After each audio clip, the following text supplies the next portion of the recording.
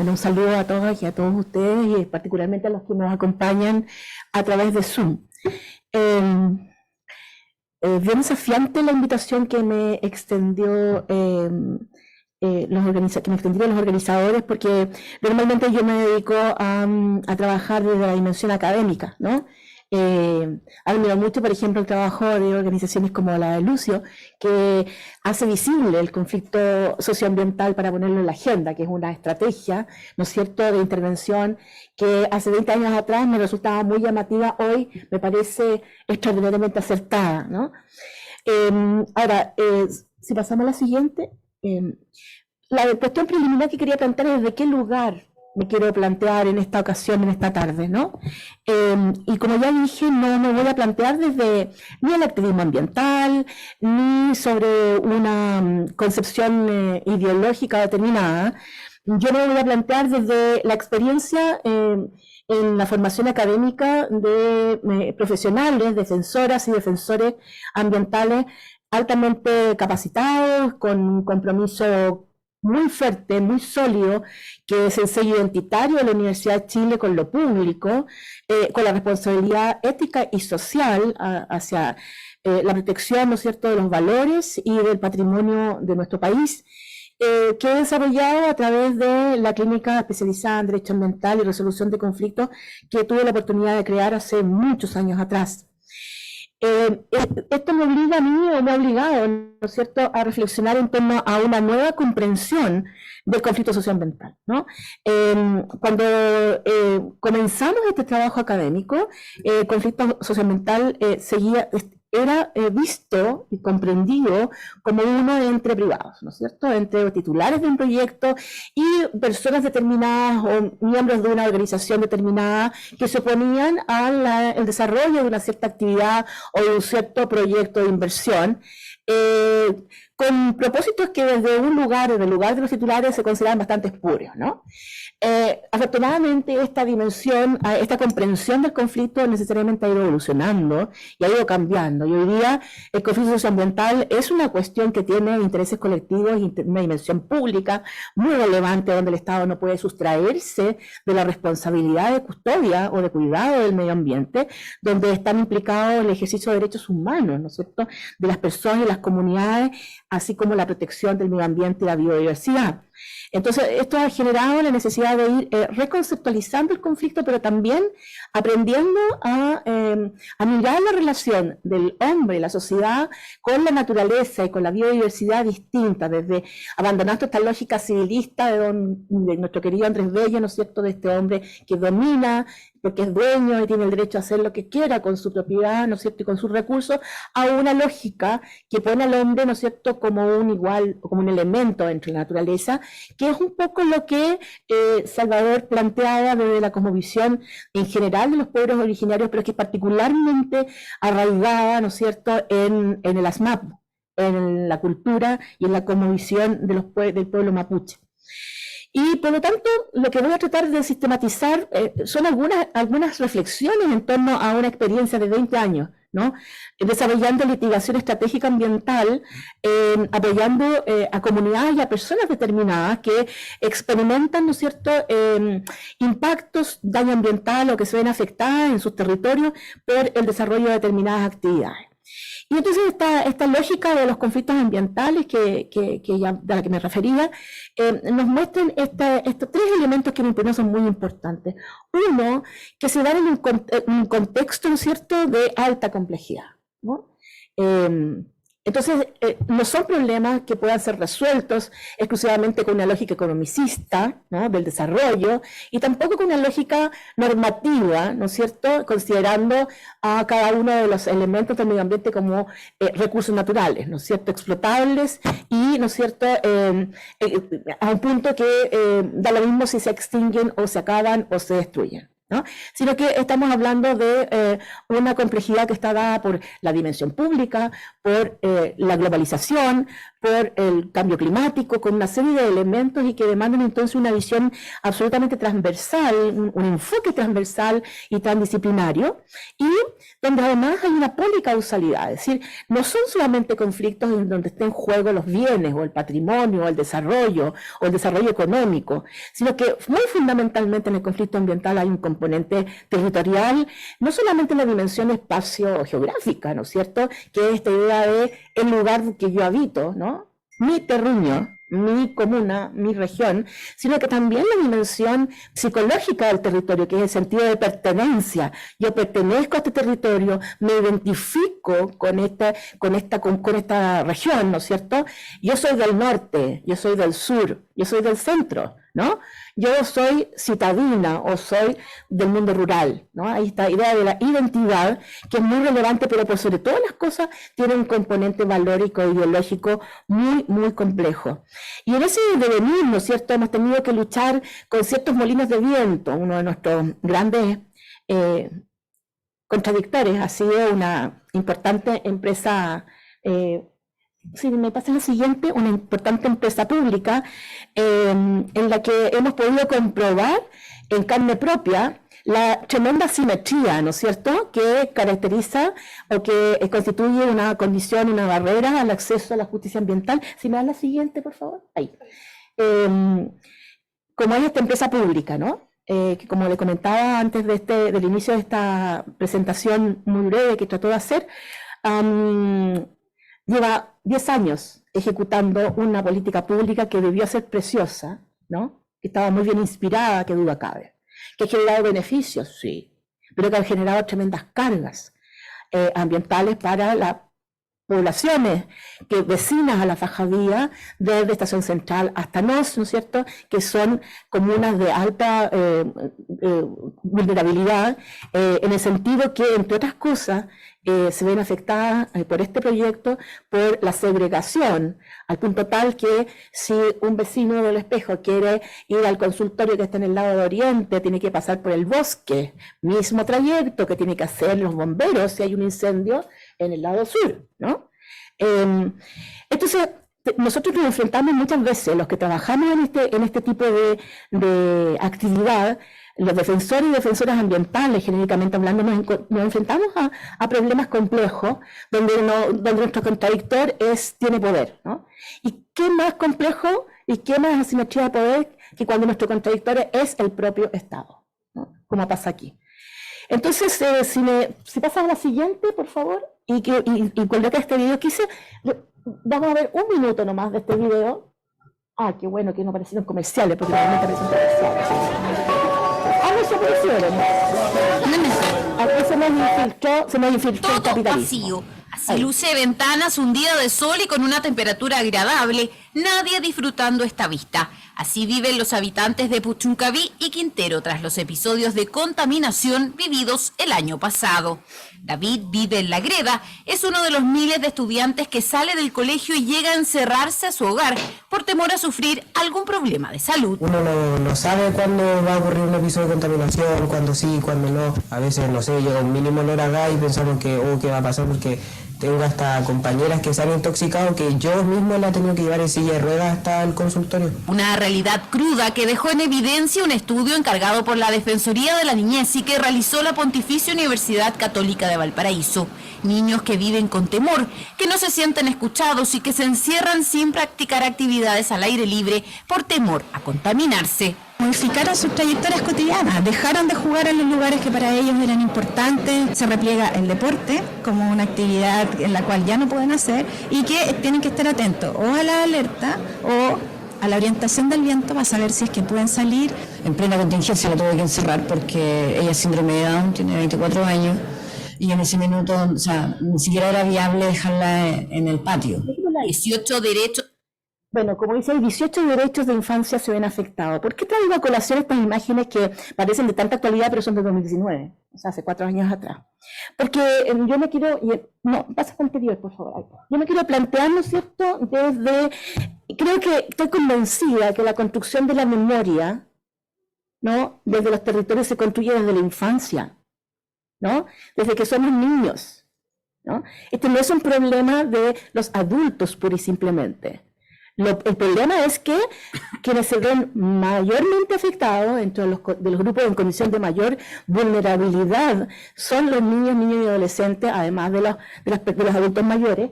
Y me quiero también plantear, y estos niños no tienen acceso a la participación ambiental, ¿no? Porque Chile no se preocupa, no se ha preocupado jamás de arreglar y permitir que estos niños, niñas y adolescentes, de acuerdo a su edad y rango de madurez, como ha sostenido la Convención de los Derechos del Niño, ¿no es cierto?, en el principio de autonomía progresiva, en el artículo 12, ellos no han sido considerados para participar y dar opiniones, ni siquiera para emitir la voz. Pero lo que es más grave, no han tenido acceso a una información relevante, contextualizada para su comprensión de acuerdo a esta edad y estado de madurez. Estos niños de Quintero Puchuncaví grafican lo que viven los niños que sufren contaminación ambiental o que sufren impactos ambientales graves. Son niños que tienen miedo a la muerte, que saben que probablemente, como muchos de sus vecinos, van a morir de cáncer, pero no saben por qué. Porque no tienen idea qué los está matando o qué los podría matar en el futuro. Y esto es realmente preocupante porque son un grupo que carece de voz y carece de una representación jurídica o legal especializada, ¿no? Y por lo tanto no tienen acceso a la justicia ambiental, como en tanto son sujetos de derecho, de una manera independiente a las decisiones que toman los adultos custodios. Muchas veces estos niños se ven, las decisiones de sus padres los llevan a vivir en esos territorios. Muchas veces las condiciones de precariedad y pobreza a la que hacía alusión Salvador hace un rato, los llevan a vivir en estos territorios. Pero ellos no tienen ningún derecho. Y por esa razón estoy convencida que nuestra preocupación en la defensa del medio ambiente tiene que partir de ahí, ¿no? Tiene que partir desde reconocer los derechos humanos ambientales de los niños, niñas y adolescentes, dotándolos de una institucionalidad y de recursos suficientes para que puedan ejercer esos derechos con independencia de las decisiones que tomen los adultos custodios, que no siempre van a estar en la línea, por razones de distinta naturaleza, en la línea de protección de esos derechos. Fíjense ustedes que hablamos mucho de la mejor niñez, el nuevo servicio que vino a reemplazar, se supone, Sename, ¿no es cierto? Y resulta que hoy día tenemos, o sea, las medidas de protección que adoptan los tribunales de familia por vulneración de derechos no consideran en modo alguno estos derechos vulnerables. Estas vulneraciones están consideradas como tales, ¿no?, en esta medida. Entonces, cuando uno ve y se preocupa por la protección del medio ambiente en Chile, si usted ve esta línea de tiempo muy sencilla, que compartimos todos, ¿no es cierto?, efectivamente, a partir de la Constitución del 80 hay un grado de protección, por primera vez, el reconocimiento de este derecho a vivir en un ambiente libre de contaminación, con todas las complejidades que la conceptualización y la construcción del constituyente del 80 nos dejó, que ha permitido que los académicos escribamos muchos artículos y muchos libros, ¿no?, y la jurisprudencia se dé el gusto de desarrollar mucha argumentación en este sentido, pero sí constituyó efectivamente dentro de la región una novedad. Y además de este reconocimiento, también garantizó la protección, ¿no es cierto?, del patrimonio ambiental como un límite a la propiedad privada, que es también bastante innovador para su época. Pero recién, ¿no es cierto?, el año 94, o sea, 14 años después, recién el Estado de Chile dicta las normas de bajada de esta garantía a través de la Ley de Base del Medio Ambiente, con un componente, al igual que la definición constitucional, eminentemente antropocéntrico. Aquí la Constitución no garantiza la protección del medio ambiente. La Constitución lo que garantiza es el derecho a las personas a vivir en un medio ambiente libre de contaminación. Por lo tanto, la protección es al sujeto y no a la naturaleza. Es un primer punto que es importante.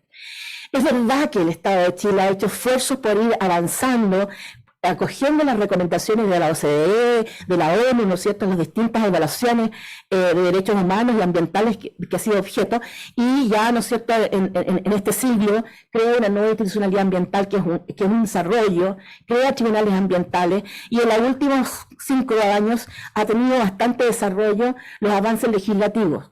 La ley marco del cambio climático, la responsabilidad extendida del productor, la creación del servicio de biodiversidad y áreas protegidas, en fin, una serie de normativas de protección ambiental. Pero el problema es que no tienen ninguna importancia, en mi opinión, estas normas, si no hay un compromiso del Estado, serio, real. ¿Y cómo los Estados expresan, entre otras cosas, esos compromisos? Por supuesto, en el presupuesto nacional, ¿no? Y si uno revisa el presupuesto nacional del año 2023 para Chile, en materia de medio ambiente, y compara con el de otros ministerios, ¿no es cierto?, y servicios, se da cuenta que es uno de los ministerios que tiene el presupuesto más bajo de Chile, y es uno de los que tiene más bajo presupuesto en la región, comparativamente con muchos países de la región. Para una población de 10 millones de habitantes, ¿no es cierto?, es un tema que debiera llevarnos a reflexionar en torno a los desafíos pendientes. ¿Y por qué digo esto? Porque la Ley de Cambio Climático, por ejemplo, establece una nueva, y crea una serie de servicios, establece una serie de funciones, incrementa las funciones de los servicios ya existentes como la Superintendencia de Medio Ambiente en materia de fiscalización y sanción, pero curiosamente la Superintendencia sufre una reducción del presupuesto que es menor que en el año pasado. Comparativamente, ¿no?, proporcionalmente. Y entonces, uno realmente, a mí me cuesta entender esta lógica, ¿no? O sea, ¿en qué medida hay realmente una voluntad de proteger el medio ambiente y la biodiversidad, que es tan fundamental a una crisis global, si no asignamos los recursos y no establecemos prioridades a través de asignación de recursos necesarios? Y entonces, yo he identificado algunas tensiones, ¿no?, que si me pasan la siguiente, algunas tensiones que se derivan de todo esto. Desde luego, esta mirada antropocéntrica genera una serie de problemas, ¿no es cierto?, en la comprensión del nivel de protección, en la interpretación, ¿no es cierto?, de toda la regulación ambiental, porque efectivamente Chile la protección ambiental se organiza a través de un complejo sistema de instrumentos de gestión, pero no protege los elementos del medio ambiente. El foco no está puesto en los elementos del medio ambiente, está puesto en los instrumentos de gestión ambiental, que es distinto, ¿no? Y eso genera una serie de tensiones muy importantes a la hora de exigir los derechos y ver y cómo se inspira en la toma de decisiones. Desde luego hay tensiones, ¿no es cierto?, que se derivan de la muy escasa, por decir, nula coordinación entre los agentes públicos, ¿no?, que es una cuestión que incluso ha sido observada por la OCDE en el informe de 2016, ¿no?, donde, ¿no es cierto?, dentro de las cuestiones que repara, reconoce el esfuerzo que se ha hecho en el Instituto Medioambiental, pero al mismo tiempo repara, ¿no es cierto?, que estos esfuerzos se ven diluidos de manera significativa en términos de su eficacia y su impacto, porque no hay suficiente, ¿no es cierto?, coordinación entre los elementos, entre los distintos agentes públicos que toman decisiones. Y esto es particularmente grave si consideramos que la regulación ambiental es muy profusa y está fragmentada por sectores. Y estos sectores no dialogan, no tienen una conversación permanente.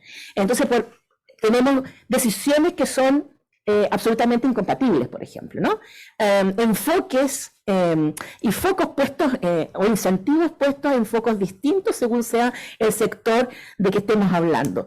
Y esto genera entonces una desprotección ambiental muy importante, una pérdida de eficiencia, y lo que es más grave, creo que el enfoque antropocéntrico y más bien economicista también genera, ¿no es cierto?, el que las decisiones en materia ambiental en general sean políticas más que técnicas. Yo reconozco los esfuerzos que está haciendo el Servicio de la Zona Ambiental, por ejemplo, por cambiar esto, ¿no?, y por mejorar y derivar hacia un enfoque eminentemente técnico. Pero si uno observa de pronto ciertas utilizaciones de proyectos y la fundamentación, uno se da cuenta que efectivamente muchas veces, más de las que sería razonable, nosotros las decisiones ambientales se toman por cuestiones políticas más que por cuestiones técnicas. Bueno, hay una serie de tensiones, como digo yo aquí, y las he tratado de expresar en esta diapositiva. ¿Qué decir con la participación ciudadana, ¿no? Chile tiene un sistema de participación ciudadana extraordinariamente precario, ¿no? Porque está súper acotado, pero no solamente eso, está acotado solamente a los proyectos que se evalúan por ¿no es cierto?,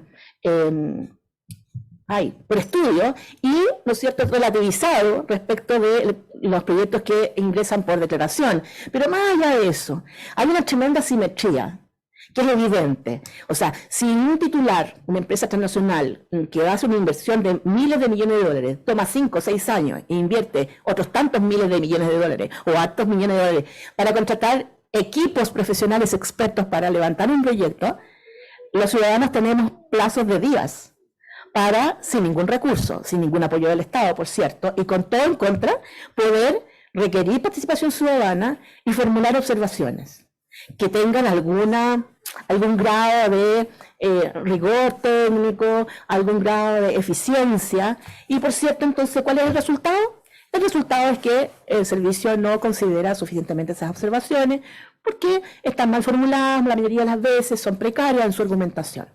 Y con eso, como ha resuelto ya el Tribunal Ambiental en el caso de esa empresa que les mostré hace un rato, cuando le revocó la resolución de calificación ambiental a ese proyecto, estableció que la falta de consideración debida de esas observaciones es, ¿no es cierto?, un atentado al acceso a la justicia ambiental.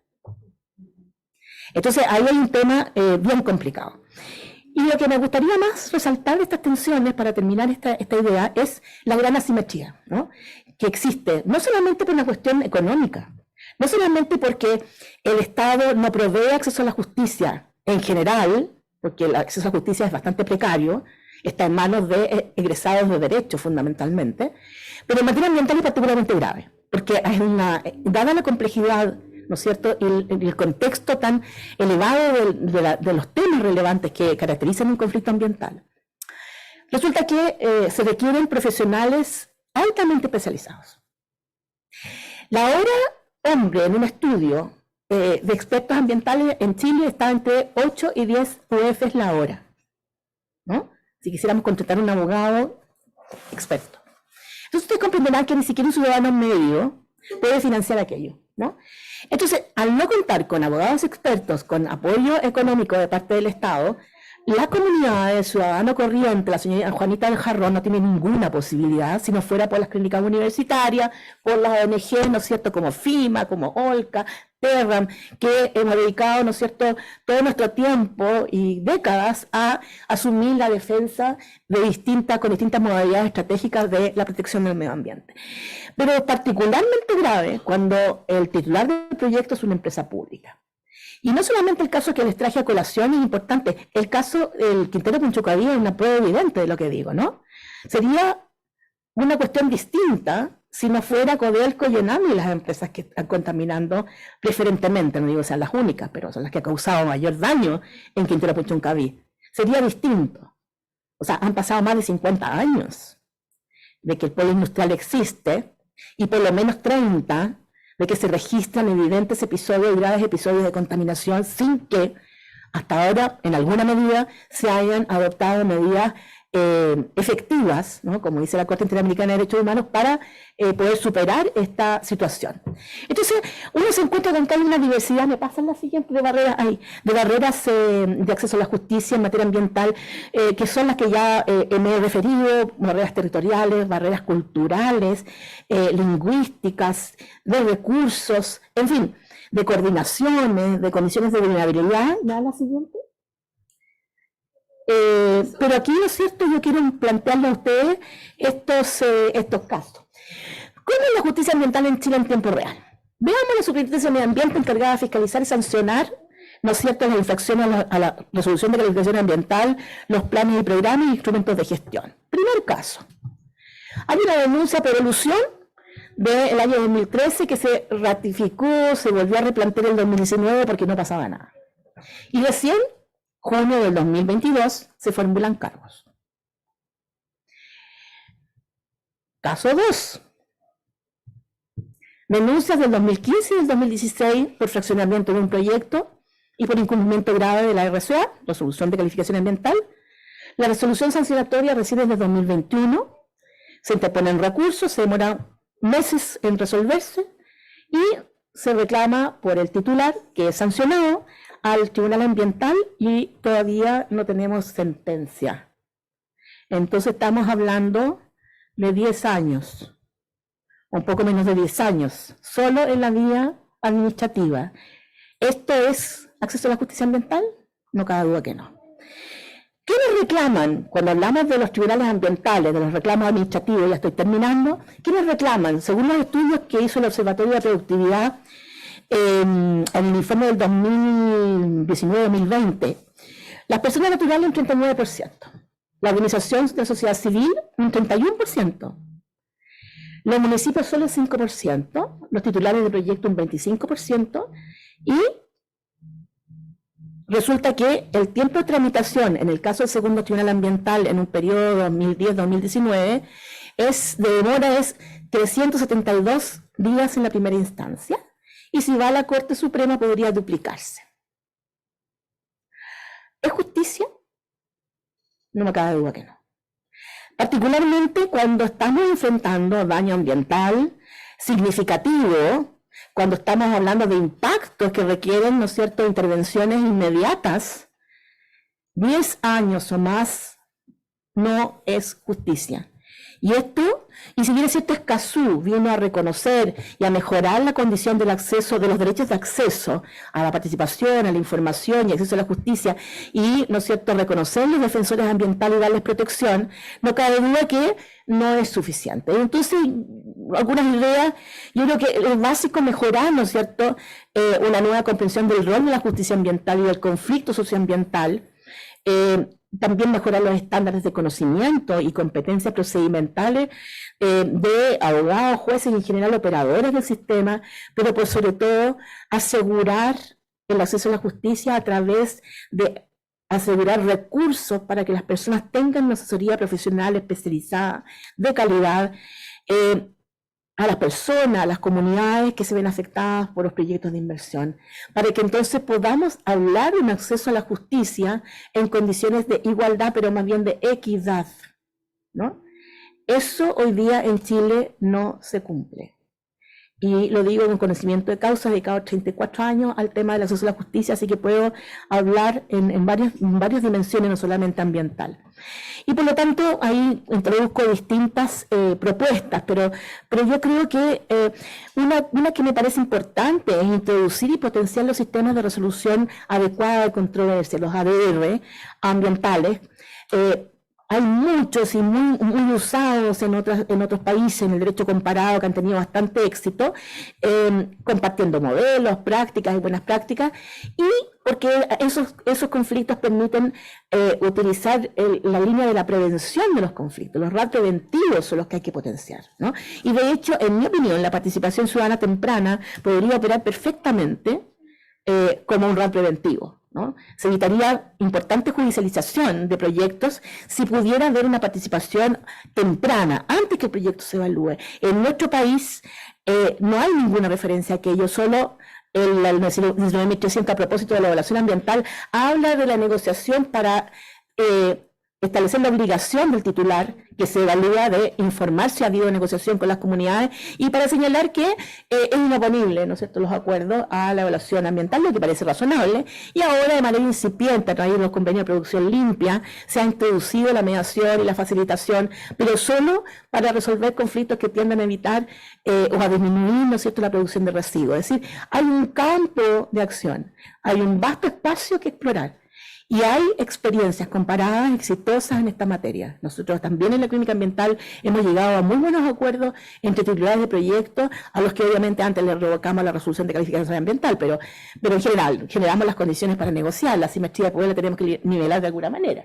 Entonces, pero eso es posible, se puede hacer, y ahí yo creo que hay un desarrollo que hacer. Y por último, creo que es súper importante considerar el cumplimiento, ¿no es cierto?, de los tratados internacionales, de la consulta indígena previa e informada, que en Chile está restringida a ciertos proyectos bajo ciertas condiciones, vulnerando el convenio 169, desde luego.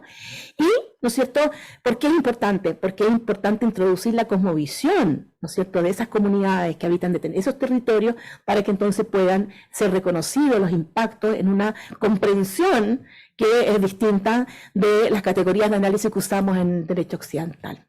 Creo que con esto he excedido lo que me pidieron, pero a disposición para las preguntas y consultas. Muchas gracias.